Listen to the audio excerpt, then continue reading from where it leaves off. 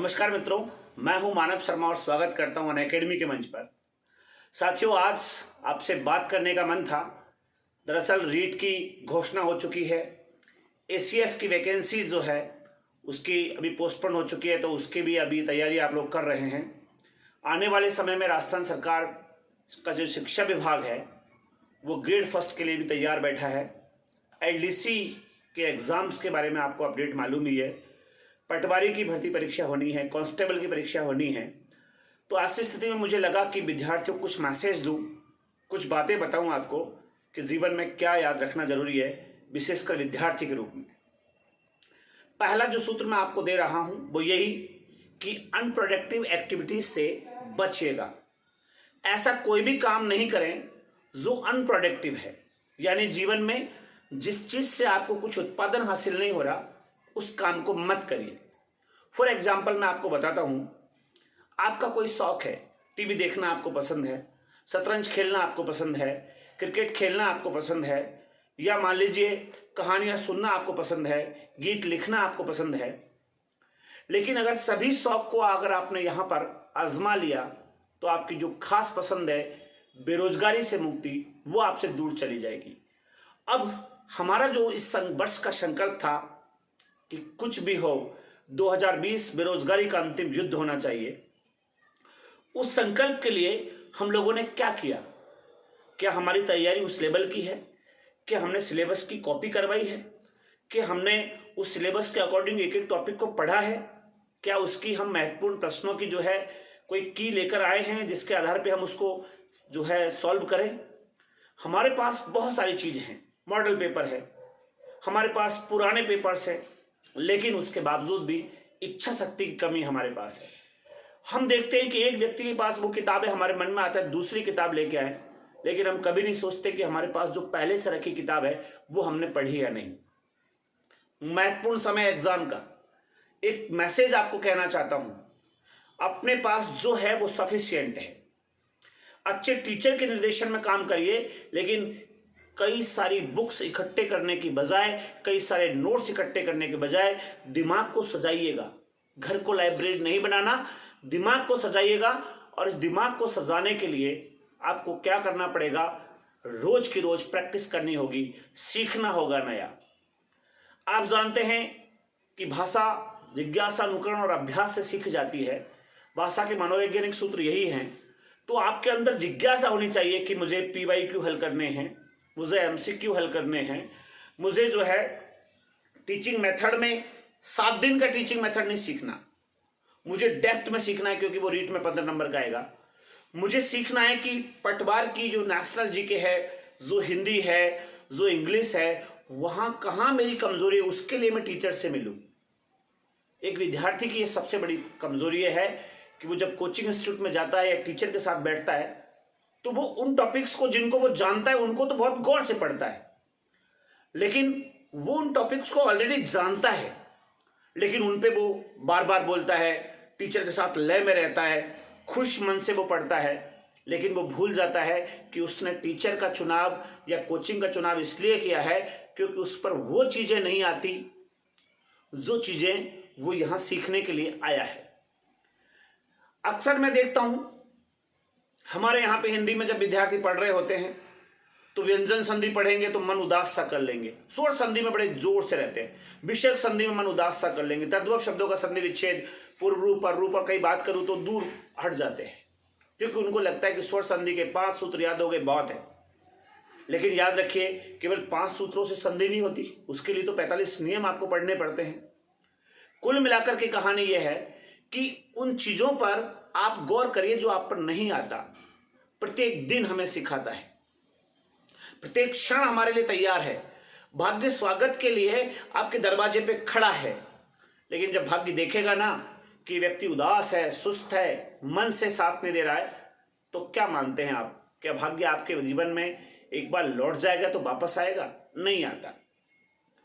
कई ऐसे उदाहरण आप देखेंगे जो बुजुर्ग आपको कहते मिलेंगे कि मेरे एक बार ऐसा हो सकता था, मैं वो नौकरी लग जाता, पर मैंने ध्यान नहीं दिया, ऐसे ही इग्नोर कर दिया उस समय, इसलिए मेरे साथ ये हुआ।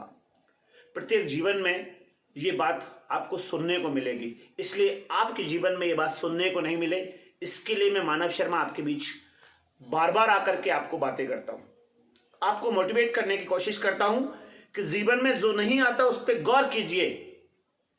जिस चोटी पर आपको लगता है कि बहुत ऊंचाई है, उस ऊंचाई पर चढ़ने के बाद आप देखेंगे कि वहां पे कंपटीशन कम है, वहां पे प्रतियोगिता कम है, वहां पर लोगों की संख्या कम है, चोटियों पर पहुंचने वाले लोगों की संख्या कम है, भीड़ का हिस्सा बहुत लोग है। एवरेज कभी मत बनिए। मैं नहीं कहता कि आप विद्यार्थी रहें, आप कुछ भी करें, बिजनेस करें, आप कोई बड़ी कंपनी जो है ज्वाइन करें, आप कुछ भी करिए, चुनाव लड़िए, लेकिन कभी भीड़ का हिस्सा मत बनो। अपने इथिक्स बनाओ, अपने उसूलों पर चलो, अपने स्वाभिमान को गिरवी रहकर मत चलो। मैं ऐसे लोगों को जानता हूं जिन लोगों के पास बातें बहुत हैं, बड़े बड़े जाल हैं, लेकिन बातों के जाल में उनसे पूछो कि हकीकत क्या है, पता चलता है कि आज तक ऐसा कुछ उन्होंने किया ही नहीं जो वो बोल रहे थे। इतिहास का रथ वो हाँकता है जो सोचता है और सोचे हुए को करता भी है। अब हम लोगों में से सोचते बहुत हैं, तय कर लेते हैं आज से ये कर दूंगा, लेकिन उस किए हुए को हम कितना एडॉप्ट कर पा रहे हैं, मन से आत्मीकरण कितना कर पा रहे हैं, ये जानना बहुत जरूरी है। एक बात मैं आपसे कहता हूं, हमारे यहां पे जिम में लोग जाते हैं, पहले दिन दूसरे दिन बहुत एक्सरसाइज कर देते हैं, तीसरे दिन अकड़ के पड़ जाते हैं। नए काम की शुरुआत करो, धीरे धीरे उस पर आगे बढ़ो, आसपास का माहौल देखो, लोगों को समझो, सीखो और उसके बाद आगे बढ़ो। एक दिन मंजिल आपकी होगी। लेकिन ताबड़तोड़ हमले करना इमैच्योर होने का निशानी है। आप अपरिपक्व मत बनिए।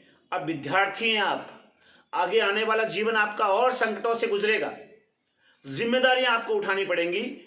देखिएगा आप रोड पे कैसे लोग, बेरोजगार लोग, सुबह सुबह मैं निकलता हूं तो देखता हूं भीड़ लगी रहती है, 400-500 रुपए में पूरा दिन देने को लोग कैसे काम करते हैं। भीड़ का हिस्सा नहीं बने आप। इसके लिए बस एक ही काम आपको करना है, मेहनत करिए। मनमोहन सिंह ने साबित किया कि किताबों के दम पर प्रधानमंत्री बना जा सकता है, और दुनिया के कई उदाहरण हैं जो आपको बताएंगे कि लीडरशिप जो है उसके लिए किताबें पढ़नी बहुत जरूरी है। इसलिए अगर आप दुनिया में बड़ा नाम चाहते हो, आप चाहते हो कि दुनिया आपको सैल्यूट करे, दुनिया आपको सलाम करे, तो किताबों से दोस्ती करो और उन पेजेस से दोस्ती करिए जिसको आप लोगों को पढ़ने में मन नहीं करता। मैं कई लोगों को देखता हूं फालतू बातों में गौर करेंगे। अभी जा रहे थे, कोई स्कूटी तेजी से लेके निकला, मान लो मामूली सा टच होने से बचा, फिर उसका पीछा करेंगे, आगे जाकर उसको धमकी देंगे, मेरे पिता के बारे में नहीं जानते, मुझे समझते नहीं हो, ये कर दूंगा, ये कर दूंगा, दुनिया भर की बातें। हो चुका, वो घटना नहीं हुई, आप वो निकल गया। अब उसको आप कितनी भी बातें कहें, नेगेटिव एनर्जी अपने मन में क्यों भर रहे हैं? आप अपने लक्ष्य की ओर जा रहे हैं, उस लक्ष्य के साथ पॉजिटिव एनर्जी से काम करिए ना। फिर आप वहां से लड़के आएंगे, घर पे आपका मूड खराब होगा, घर पे लोगों से कोई कुछ पूछेगा, आप बुरा बताओगे, तो हर बार आपका मूड ऑफ रहेगा। मैं कहता हूं सकारात्मक बने रहना बहुत बड़ी कला है। और जो ये छोटी छोटी बातें मैं आपको बता रहा हूं, ये छोटी छोटी बातें हमको परफेक्ट नहीं बनाती, लेकिन एक बात बताता हूं, परफेक्शन इन छोटी चीजों का ही एक पुंज होता है। इसलिए इन छोटी बातों पे गौर करिए, अपने जीवन को सही दिशा में लेके जाइएगा, क्योंकि जो लड़ा है वही जीता है। कोई भी लक्ष्य बड़ा नहीं, जीता वही जो डरा नहीं। इसलिए एक बार हौसले मन में लाइए और तैयार हो जाइए इस रीट, पटवार, ग्रेड फर्स्ट, एलडीसी, इसके अलावा पुलिस, कई भर्तियां हैं जो आपका बेसब्री से इंतजार कर रही है। आपको एक सीट चाहिए, बहुत सारी सीटों के लिए आपको काम नहीं करना, केवल एक सीट के लिए लड़ाई लड़िए। कितनी वैकेंसी है कोई मतलब नहीं मुझे। मेरे एक मित्र थे, मैंने उनसे बात की, मैंने उनसे कहा यार आपके यहाँ पे आप रहते हो, आपकी मकान मालिक बहुत चिल्लाती हैं, मकान मालिक जो है, मकान मालिकनी, ये सब चिल्लाती हैं, तो क्या करते हो आप? बोले यार मुझे क्या मतलब, मैं तो दिन भर अपना किवाड़ बंद करके रहता हूँ, 4 महीने बाद मेरा आरएस प्री में हो जाएगा, 8-10 महीने में मेरा आरएस मेंस हो जाएगा, और लास्ट 1 साल में मैं यहाँ से चला जाऊंगा इंटरव्यू पास करके, मुझे कहीं क्वार्टर वाटर मिल जाएगा, आरएस बन जाऊंगा जब, मुझे क्या मतलब। वो जब कह रहा था तो मुझे ओवर कॉन्फिडेंस लग रहा था, मुझे वो मजाक लग रहा था, लेकिन हुआ भी यही।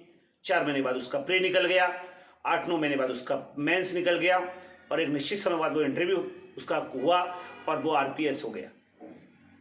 मैं यहाँ पे आपको बताना चाहता हूँ उस बंदे के अंदर विश्वास कितना था। जब वो बोल रहा था मैं उसकी मजाक समझ रहा था, मैं सोच रहा था ये बहुत ओवर कॉन्फिडेंट है, पगला गया है। लेकिन उसने साबित किया कि नहीं, जिस लक्ष्य की ओर एक बार मैंने निशाना कर लिया उसको बिना प्राप्त किए मेरा कोई भी वचन मिथ्या नहीं होता। तो साथियों, मैं आपसे कहता हूं अनप्रोडक्टिव कामों से बचिए। ऐसा कोई काम मत करो जो आपके जीवन में वर्तमान में काम नहीं आ रहा। परीक्षोपयोगी बातों से बचिए। परीक्षोपयोगी बातें ध्यान रखिए, ज्ञानोपयोगी से बचिए। ज्ञान बहुत पढ़ा है लेकिन परीक्षा में क्या आएगा ये ध्यान रखना है। इसलिए परीक्षोपयोगी चीजें पढ़ो, ज्ञानोपयोगी मत जाओ।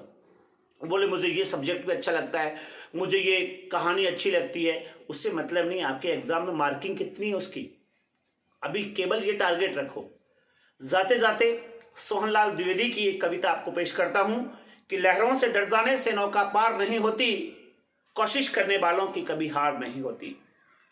नन्ही चींटी जब दाना लेकर पहाड़ पर चढ़ती है तो चढ़ती दीवारों से गिरती फिसलती है। मन का विश्वास, रगों में साहस बढ़ता है, चढ़कर गिरना गिरकर चढ़ना नहीं अखड़ता है। मेहनत उसकी हर बार बेकार नहीं होती, कोशिश करने वालों के कभी हार नहीं होती। और डुबकियां सिंधु में गोताखोर लगाता है, डुबकियां सिंधु में गोताखोर लगाता है, कई बार खाली हाथ लौट के आता है। मिलते नहीं है मोती सहज गहरे पानी में, बढ़ता है विश्वास इसी नादानी में, पर मुट्ठी उसकी खाली हर बार नहीं होती, कोशिश करने वालों की कभी हार नहीं होती। ओजस्वी कवि सोहनलाल द्विवेदी ने लास्ट में कहा कि असफलता एक चुनौती है, स्वीकार करो। मैं आपसे कह रहा था ना कि जो चीज समझ में नहीं आ रही उसको सीखो, उस पर पिल पड़ो, राक्षस की तरह पिल पड़ो उस काम पर, देवता बन जाओगे। असफलता एक चुनौती है, स्वीकार करो, क्या कमी रह गई देखो और सुधार करो। जब तक न सफल हो नींद चैन को त्यागो तुम, संघर्षों का मैदान छोड़ मत भागो तुम।